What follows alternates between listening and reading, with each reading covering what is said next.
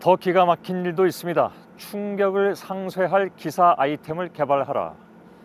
정부가 만든 해양사고 위기관리 매뉴얼에 나오는 언론 대응 방안 중에 하나입니다. 정확한 정보를 전파하기에도 시간이 부족한 상황에서 과연 이런 국리를 해야 하는 건지 비난이 쏟아지고 있습니다. 김경미 기자의 보도입니다.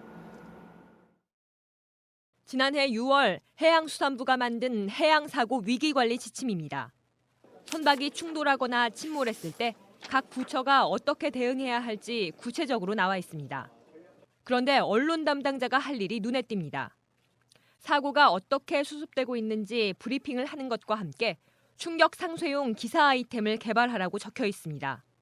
사고 발생과 정부 대응에 대해 비난 여론이 확산되는 것을 막겠다는 겁니다. 주요한 문제를 다른 걸로 덮어버리려고 한 행동이죠. 팩트는 있다 하더라도 그것이 실제 문제가 되는 부분을 덮어버릴 경우 국민들이 그걸 못 보게 되는 거예요. 이에 대해 해양수산부는 사고의 본질과 달리 사회에 미칠 수 있는 부정적인 영향을 고려해 보도되도록 노력해야 한다는 뜻이라고 해명했습니다.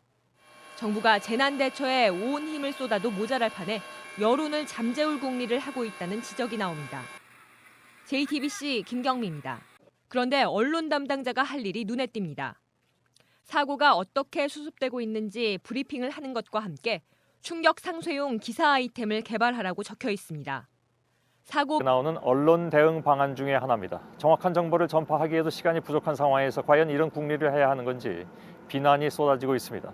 김경미 기자의 보도입니다.